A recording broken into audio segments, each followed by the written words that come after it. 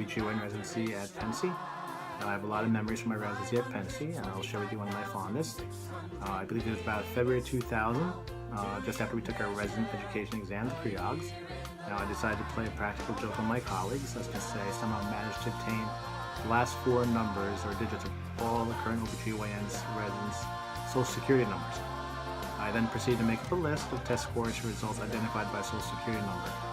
For several of my core residents, I either listed them that they had failed the test, or that their test had been inappropriately processed and that they had to schedule a makeup test immediately.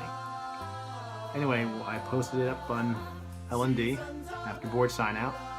Obviously, several people were upset, but what I remember the most is that Joe Murphy, my co-resident, threw me against the wall, and thankfully, him being a smart guy and there being witnesses, likely more, probably due to the latter, decided not to pummel me. Even though it took a day for my core residents to calm down and absorb what had happened, they were okay with it by the end of the day. For some, by the end of the week, but I'm sure for a lot of them, they remember that for much longer than that. Anyway, that was one of my most fondest memories of my residency at Pennsy, and I just want to congratulate the class of 2016. So I was asked to give my favorite Pennsy memory, which is very simple. As an intern, I got married and we used the Great Court as the site of our wedding. And so we are having our wedding on that Sunday in the Great Court. And some of the residents, of course, had snuck into the back of the guests in their scrubs to watch the wedding and ended up getting paged overhead during the middle of the wedding to come back to work. That is my favorite Pennsy memory. Go ahead. So when I was a resident, we actually worked a lot harder than you guys do now. And when I was a second-year resident, I was in charge of running the floor. I don't think I actually got to sit down for that whole year, except for that time where I went in to take care of Dr. Feinstein's patient. So it was a really busy day, and the nurses were kind of busy, but we had to keep things moving along. He had a patient that needed to be induced. And so I went in, I sat down on the bedside, I examined her and realized that she could be ruptured. So being the dutiful second-year resident that I was, I got a bedpan, I got her to sit on it so I keep the room nice and clean for the nurse. And then I got a little hook and I went in there and ruptured her membranes just to keep her induction moving, because that's what Dr. Feinstein would want. Keep them moving, get that induction going. Well, wouldn't you know, after I ruptured her membranes, I had a handful of umbilical cord. And of course, you know, it was just me and the patient, and we didn't have those emergency alarm bells. They were on, they didn't exist back then, and the call button was on the other side of the bed. So, good thing was I had a nice, regular, steady heartbeat on the monitor, so I wasn't worried yet. And the first thought that went through my mind was, oh my God, Feinstein is going to kill me.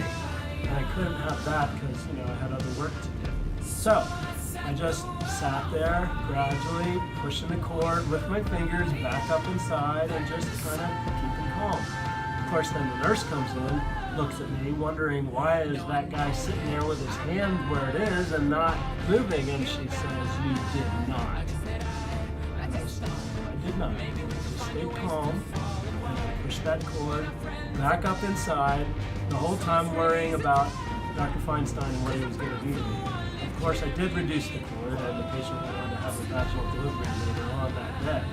But the lesson that I learned from that is, first of all, fear is a little bit of a good motivator. And also, stay calm, keep your wits about you, and if you do what's right, you can manage to take care of it. Go. What? It's already 8 o'clock. This should have been done by 7:30. I'm running it now. Well, next time you're going to have to come in a little earlier. I was already here at 5. So I'm Nicole Peluso, and I'm part of the class of 2013. And my very favorite movement from residency is what I refer to as the infamous Krispy Kreme photo that Paula has blessed me with on my last night of night float. And so this started out with just noticing that Paula's scrub shirt was way oversized. So we rolled her pants up to make it look like a dress.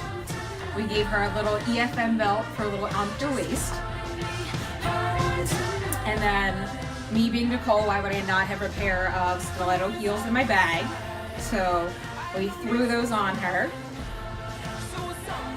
And then finally threw on the Krispy Kreme hat that we had from our little night float celebration.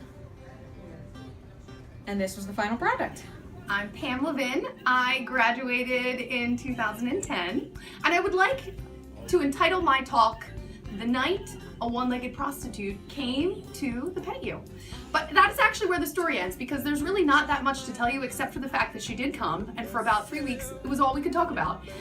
But her event in the Patio was actually relatively uneventful. Police in, out, home, the leg was left, the leg got picked up, she came back, she went home with it, but really, no, I didn't take care of her, but again, we talked about her forever. I was insistent there was pussy snapback cream that existed, and we were holding out on her by not giving it to her. And every single person that came into her room, she was like, you know what I'm talking about, that pussy snapback cream. And we were all like, what are you talking about? The most infamous story that I have of all time from labor and delivery was actually the pinworm story.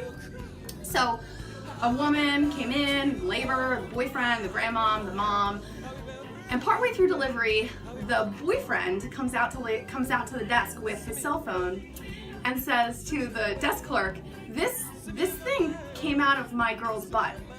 And so like everybody comes over thinking that he has a picture on his cell phone.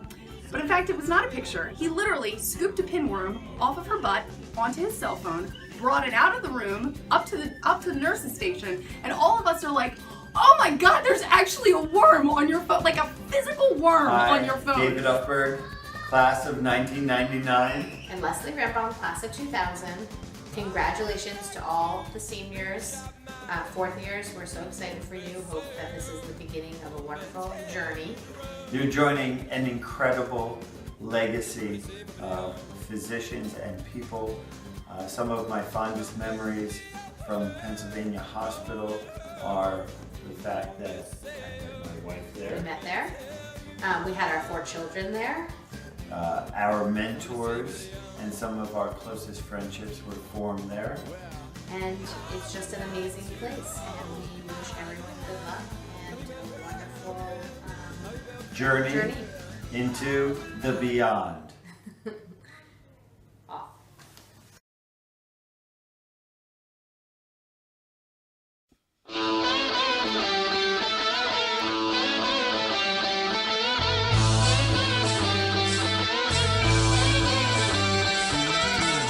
No one told you Pensy's gonna be this way. Your job's a joke, you're broke, mares, love life's DOA. It's like you're always stuck in second year. When you're at board, sign out with Jack again, trembling in fear. But I'll be there for you when the labor floor explodes. I'll be there for you when epic labs overflow. I'll be there for you, 'cause you're there for me too. Stuck with the pager 'cause your intern's eating lunch. Your phone is broke because your second year takes so much. You know, don't warn you, there'll be days like these. But he's busy with recruitment, so he tells you just to deal with it, please. I'll be there for you when Neff's instruments are all wrong. I'll be there for you when Mazur's repairs take too long. I'll be there for you, 'cause you're there for me too.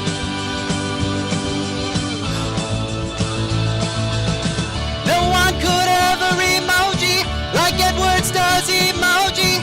Seems like your head is always spinning from Montrose different plants. The other residents are always grumbling, or else you'll find them griping. We always like to say that even at the worst it's harder for us, yeah.